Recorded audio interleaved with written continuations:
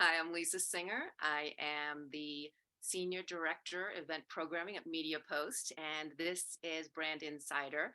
And this is where I get to talk to some of the most influential marketing women today and sort of take a look at their career paths and what brought them to where they are now. And with me is Karina Kogan. She is on the board of Jackpot. Welcome, Karina. Glad you can join me. Hi, nice to be here. Nice to meet you. Well, I am just so happy to have you here and be able to talk to you about what you've been doing in terms of your career path, because I know I've read different things about, comments or things that you've said. And part of it, I mean, you've been the CMO at Aura, you were at Peloton. So you definitely have this mindset of really sort of shaping a brand and working with a brand. And I saw that that's in a one of your an article written about you, that you love being a part of that, and you're inspired by that to be able to shape a brand and take it to where you want to go and to make it better. So talk about that a little bit in terms of not necessarily on the brand side, but how you would try to maybe make behavior better today. What is something that you see going on that you would love to try to shape or reshape and bring it into another direction? Yeah, I mean, all of the products or brands that I've worked on have been about transforming an experience a consumer has with a behavior or a product. So in the case of Peloton, it was very transformative in how consumers engaged in fitness. Obviously, with Aura, it was very focused on transforming your relationship to your own health and in particular to how you sleep. With Jackpot, it's completely disrupting how people are going to play the lottery by digitizing it, right? It's such an analog behavior of like going and buying a ticket from the Hmm. grocery store. So for me, it's always been about how can you make an experience better? How can you ask about behavior change. It's less about just the change. It's more about how do you make it better? How do you make something more delightful, more enjoyable, more easy, right? Convenience is Hmm. also an upside. How do you make people's lives better by adding that kind of convenience, delight, experiential joy part of how they engage in a behavior. So, I mean, to me, as you know, the product marketer inside of me is always about what is this product? How is it experienced by a consumer? How is making their lives better? And the brand flourishes from there, from that joy that you bring, you know? Hmm.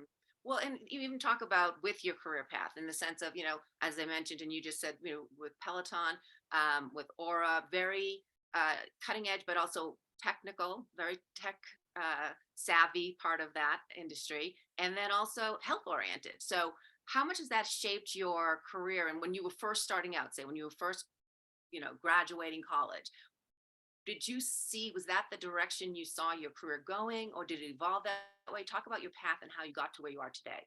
It was a happy accident, but you nailed it. That throughout my career, 100% of the time, sort of where I have focused and excelled is at the sort of Venn diagram between technology and something else. And that something else has been media or, fitness or health.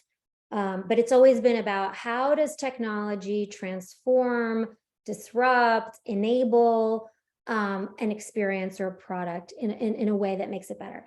And how that started was very serendipitous, which is I graduated in college a very long time ago, but it also happened to be during the first dot-com bubble.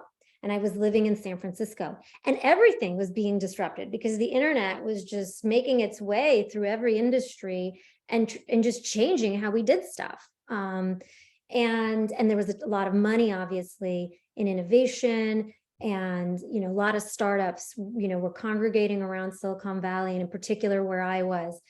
So I started in video gaming, which is the sort of OG of technology and entertainment, right? I think video games were the first industry where really technology just changed entertainment, right? And then we saw it. Right now Netflix has changed entertainment too, but video games are really among the first in the entertainment industry to change how we experience content through a screen. Right. So I started in video gaming. I worked on at a company called IDOS, which made a game called Tomb Raider. And I don't know if you heard of Tomb Raider or remember it, but Hmm. Angelina Jolie once played her in Yeah. the movies, and then Alicia Vikander played her, I think, another time. But so I worked at the company that was their big, they made many games, but that was one of their biggest games. And then I moved on to working in advertising and was a media planner and buyer. And at the time, advertising in particular was being massively disrupted by technology, because all of a sudden you had this screen and we had ads that you could click on and that you could take an action on, right? TV, can't click on it. Billboards, can't click on it. Magazines, can't click on those ads, but you can click on banner ads at the time, right? Mhm. So that was another part of my career where I was really working at the intersection of technology and advertising, and sort of that theme of tech and something else has just lived with me since then. But I was just fortunate enough to start my career in San Francisco at a time where that's what young people did. They went to work in technology.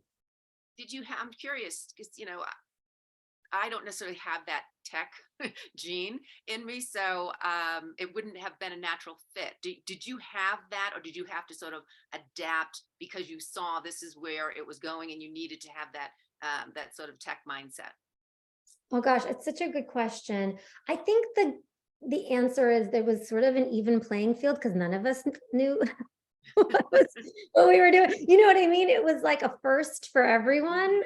Mhm. So it wasn't like I was, I graduated from Barnard with a political science degree. It's not like I went into technology with a computer science degree or I knew how to code. I think it was just, I was in the right place at the right time. And it was this equal playing field in the sense that we were all just figuring it out as we went along. Um, and, uh, but yeah, I mean, I think, I'm a quantitative person, and I think, and I have that gene. So I think one of the things that really worked in my favor, particularly as I went into advertising, is the media math piece of advertising, the computational side of technology, aligned well with the fact that I'm just a inherently quantitative, good at the quant stuff, you know? So maybe that helped me along the way. Well, but I do think it's valuable what you said, in the sense that you guys were all trying to figure it out. It was new, and we're always going to come across those kind of things. It's like in whether it's a marketer or whatever your career is, or whatever, even you're just starting out, there's always going to be a new opportunity, and it's either avoid it and stick with what you know, or dive into it and figure it out and go move forward along the way. Did you ever balk at that idea, in the sense of, okay, I want to just stay with the straight and narrow, or were you excited to try this and learn, and how did you then go about, take, step by step building that knowledge? Um, Honestly, I think part of the choices that I've made along the way were about, at the time, I don't think it was very strategic as a 20 something or 30, but I think for me, if I look back, I was constantly hungry for something new. Like if something got boring, if I felt like, gosh, this company just isn't innovating anymore, or there wasn't this will for self-disruption, right? The innovator's dilemma, right, is that you have to constantly disrupt yourself or Mhm. someone else will disrupt you, right? I think that, even though I'm not a founder, I've always worked with founders, that fire to keep figuring out the next thing has always been something that's driven me. So I don't know if I answered your question, but No, like, you did. So, I mean, yeah, basically, it's a part of your DNA anyway. But yeah. I do think that having that mindset, well, perhaps that makes you perfect for marketing and this kind of industry, this creative industry, where you do have to be ready for the new and the next and the moving forward. It does. But I think the fact that you're willing to stick with it, even though maybe it wasn't, as you said, in your early 20s, you weren't necessarily strategically planning this, but at the same point, you were willing to try it and see where it went. You know what's amazing about technology, now that I'm thinking more about your question and reflecting on my own kind of like what fuels me, is the thing about technology, particularly software development, is that it's on a very fast timeline. And as a marketer, you want to launch stuff, right? You don't want to just like say the same, bring the same communication to market over and over again, or maybe you're, you're just changing a color, or, you want constant new, right? You want to launch stuff. You want to talk about what you're doing that's new, and you want to create campaigns, and you want to bring consumers in. And the thing about technology, particularly against software, is that you're constantly launching stuff. There's a roadmap and it's full, and you're constantly bringing newness to market. And I think if you're a marketer who likes to launch stuff, technology is where to go, right?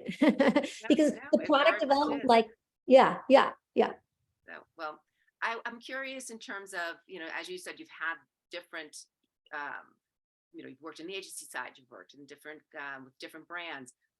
Has there throughout your path, has there been a challenge, or what has been the biggest challenge? I'm sure there's been different challenges, but what maybe stands out to you that was the biggest challenge you had to overcome?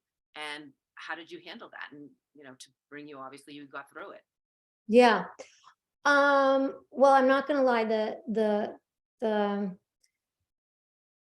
COVID years, I guess now it's years, but the COVID impact, at the time I was at Peloton, the year we went into lockdown, and that adjustment was insane for I'm assuming for any executive or any employee at any company.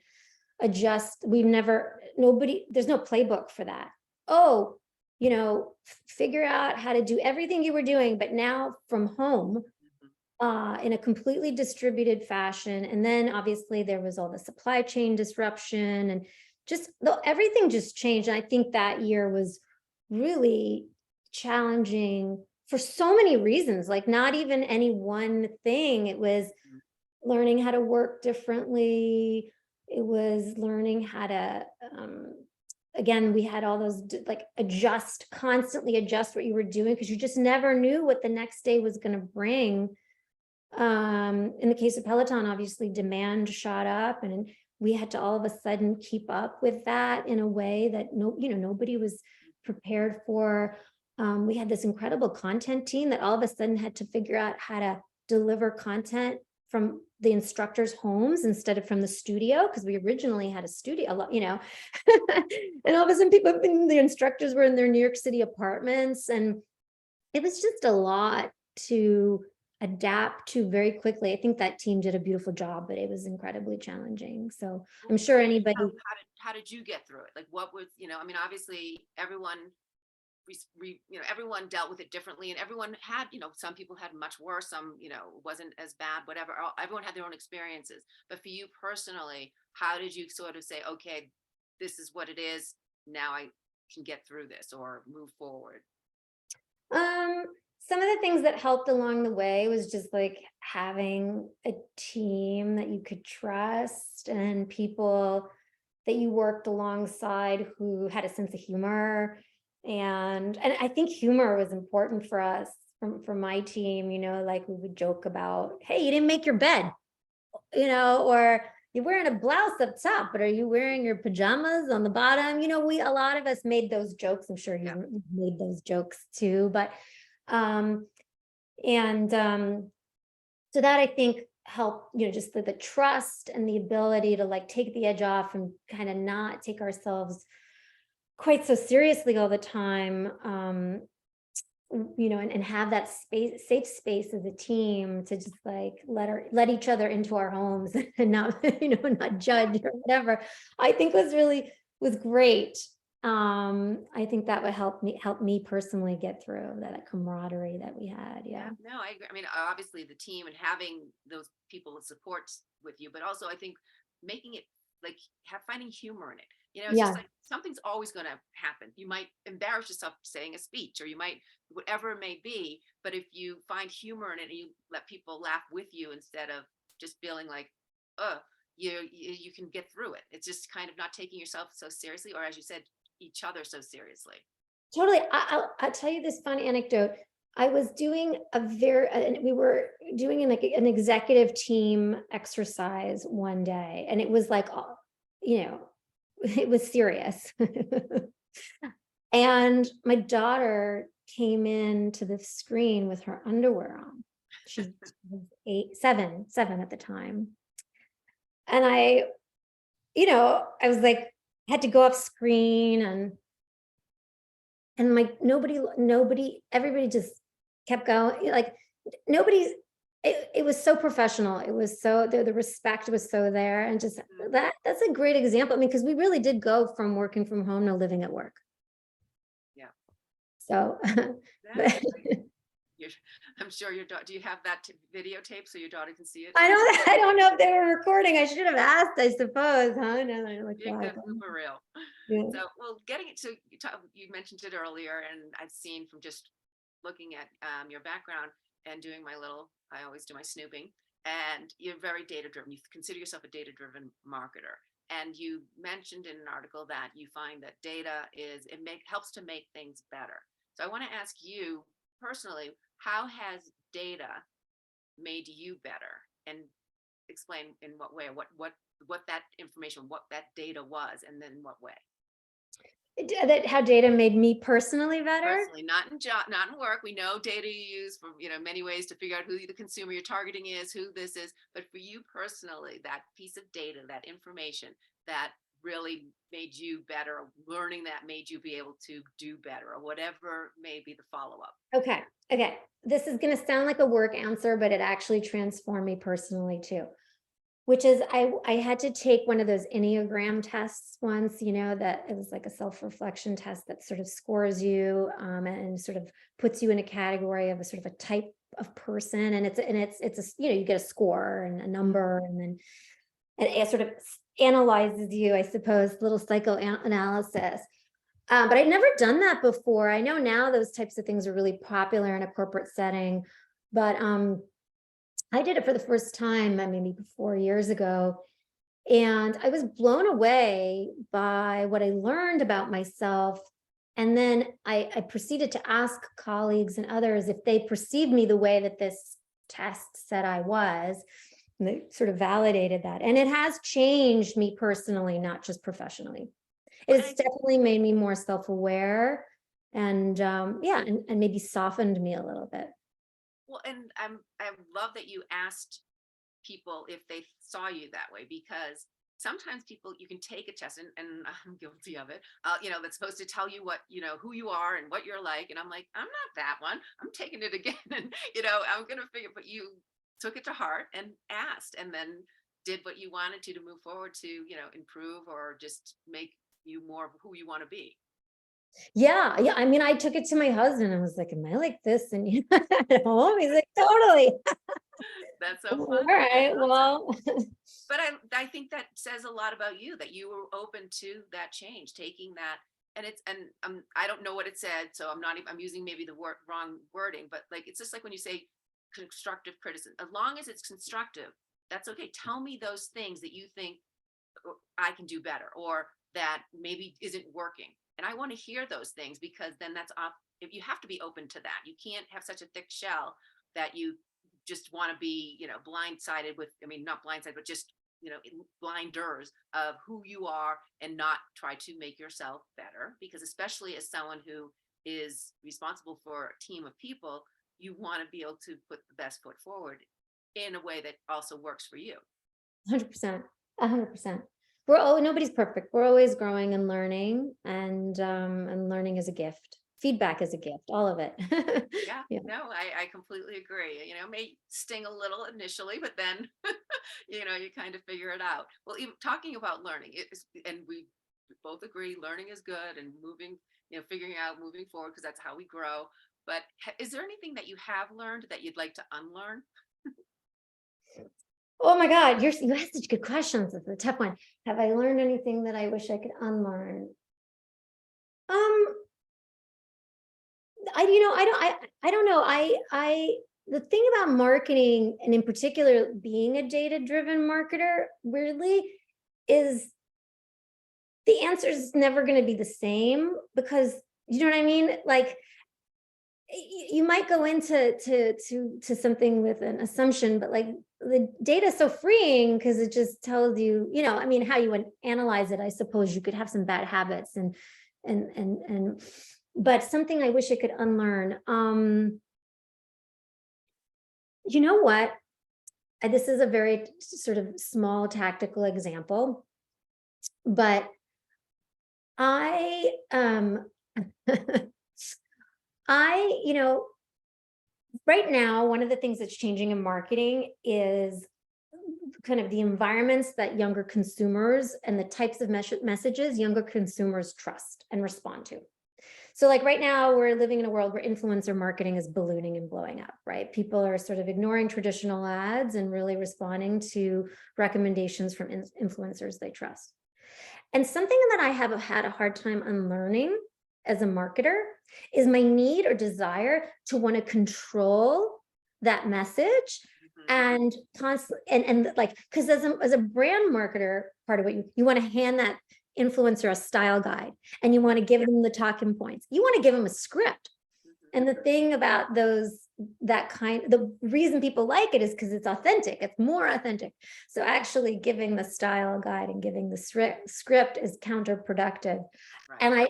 And every time I have to just hold myself back from wanting to from over engineering it, knowing that it won't perform. The more I tinker, the more I ask an influencer to adapt who they are to be more of who I want the brand, how I want the brand represented, the less that communication is going to perform.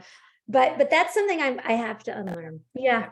It's funny you say that. I'm at a conference, our search and performance conference, and we just had H&R Block talking about a TikTok campaign they had. And the speaker was exact saying those words. It's like, we had to let go. We gave them the elements they needed, the influencers, but then we let them go to town. And he's like, I want everyone to know the key takeaway, do that. That's how you're going to get stuff that's really going to, people are going to respond to. The people at TikTok, the community, that's their, it's that natural, authentic, video or whatever they're doing. Totally. And if it's been drilled into you that you got to write a brief, and then you got to provide the guidelines, and you got to prove it, and you get 3 rounds of revisions and all the things that you know how to do. And all of a sudden, no, you got to let go of the reins. Let go. Yeah, definitely. Totally. All right. So how about just on a more personal level, in terms of, if you could live in any time period, what era would it be and why? Oh, so my favorite author is Charles Dickens, and I very much love that period. But then I think about like sanitation and disease and hygiene, and how they didn't have access to all that stuff as much as we do now. And I quickly say I'm glad I'm in the period I'm in. But I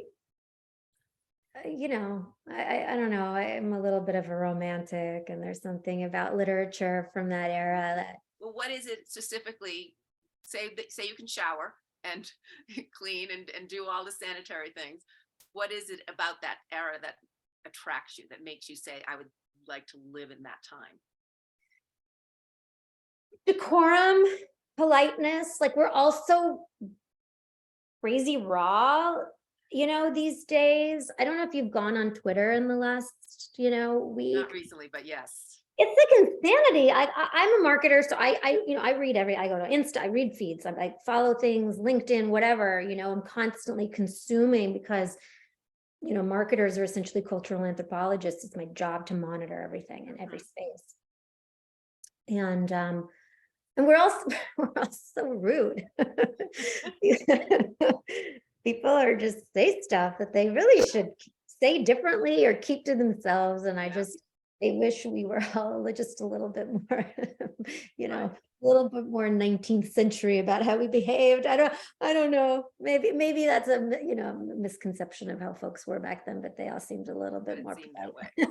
Or if you're going to, like we were sort of talking about, let's make it constructive. If you're going to have negative thoughts on what someone's writing or doing, do it in a constructive way, not so antagonistically. Like, that's what bothers me with Twitter. And I think it's just going to obviously get worse.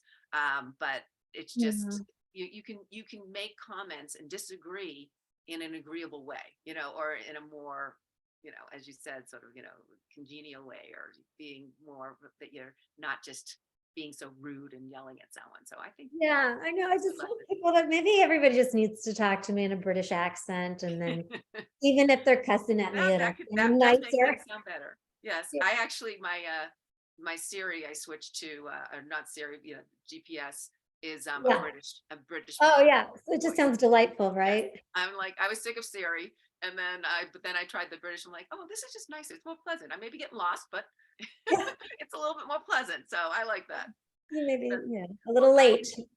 yes. Well, and we discussed it a little bit in terms of COVID and how it changed. Obviously, it impacted you at work and um, just your team and just the company in general. But also with through this, it's what did come out of it is I think people have been they're expecting more from brands. I think that we're seeing that with consumers that they expect more, not they want to align with a brand that they agree with in their values, not just that they like your product. And how much of that, and you can even talk about it in terms of social things that are happening, like standing behind, like with the Black Lives Matters and or with the Asian community and really standing out and speaking out to help people who maybe aren't being heard and to it's not necessarily the responsibility of a brand, but is it in some aspect? Do you think there is, as a marketer, as a brand who has a voice, who can help people who maybe don't have that? Is should there be some sort of responsibility there for the brand to speak out, not for everything, but for those particular issues that mean something to you as a brand, and to be there for the people that can, in the communities that maybe can't, that they don't have that megaphone? Yeah. I think, well, two things. I think one is short answer, yes. I think there's a role brands can and should play in having a positive social impact on the world. I think the but, comma, piece of it is make sure it's not just lip service. Make sure you're actually, you know what I mean? Like, I think sometimes brands are really quick to say something or post something on social and, Yeah. publicly announce their support for something. But I think for most consumers, that rings hollow unless they're actually doing something. Hmm. And there is a massive actual commercial benefit to being a brand that also acts with integrity and ethics and does social good. I think that started with the millennial generation, even way before COVID. You started to see that cohort reward brands whose values they aligned with. That was less so with boomers and Xers, and really millennials were a generation. I don't know if you remember Tom's shoes and the buy one, give one model. And there's so many other great brands that do that. Bumba socks, there's so many wonderful brands. And also there's an expectation now that brands are engaging in more sustainable manufacturing practices and things like that. And that feels like table stakes. But in general, I think consumers are increasingly rewarding brands with more loyalty and more dollars if they feel like those brands are doing good, not just making good products. And so that comes with some commercial upside, right? If a brand is choosing you versus your competition because they perceive you to be aligned with their values, they perceive you to be a brand that's also doing good, not just selling a good product. Although having a good product feels like get that right first, right? Yes. But if that's the case, you'll win. You'll succeed more than the brand that doesn't. Yeah. Show them you care, like, show them that. But again, I think the key thing you said was it's not lip service, not just lip service. It's really doing it internally and really being, making those efforts, and that the consumers can see that you are actually doing that. Because the worst that which we saw some brands get called out who would say, they were all for something, and then it was obvious they weren't necessarily putting their money where their mouth was. Well, oh, 100%. I think that, also, yeah, now consumers have the internet. They'll look stuff up. You know what I mean? And they'll be like, wait a minute, you said that you care about diversity, but your entire C-suite is filled with white males, for Right. example, and you have no people of color on your board and things like that, right? And so, yeah, I think it has to go deeper than what you tweet and, what celebrity you hire to, run your ads for you. Yeah, no, I agree. Okay, getting a little more fun. Guilty pleasure. What's Oh a guilty gosh. People who know me will know that I'm being honest with you when I tell you my guilty pleasure is tequila. pleasure? Is it mixed with anything? Is it straight up? Is Uh, yeah, I usually mix it with a little soda and lime juice, but I love tequila. I like wine, and chocolate. I mean, those three things probably, die happy woman. I love my wine and chocolate. Like to Oh, me, God, that just goes perfectly together. So so I have good, to right? ask for the tequila, any particular brand? I drink, I'm lazy. I drink Casamigos because of George Okay. Clooney. Talk about, I was Well, just telling you about the reason celebrities. I was asking is because I was wondering if you were drinking George's, George I Aranda. do. But I was that's like, oh, why he's lovely. I'll just drink his I tequila. love George. So I was in my head. It's so funny that you said that because in my head I'm like, I wonder if she's drinking Casamigos. I do. It's really good. It's a delicious Yeah, I've tequila. had it. It is good. So, but I'm sure, and George will be happy you're supporting him. Okay, good. I'm glad. As So long as he's happy, I'm that's happy. that's all that matters. Okay, if you could be anything else, I mean, you couldn't be a marketer. What would you be? What's Plan B? God, lately, pediatrician. That's Really? changed. Yeah. When my kids get sick, my own kids get sick, it kills me that I don't know what to do and I have to go to the doctor. I just want to like jump into action and like diagnose everybody and like not have to like drive and deal with I just wish I could just fix it. And not just fix it for my kids, but obviously any kid. If you see a Right. sick kid, you just want to fix it.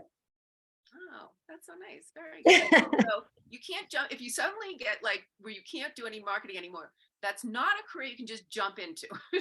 No, Like I you know. need to go back to school a bit, if you know, but in general. But that I It's think late.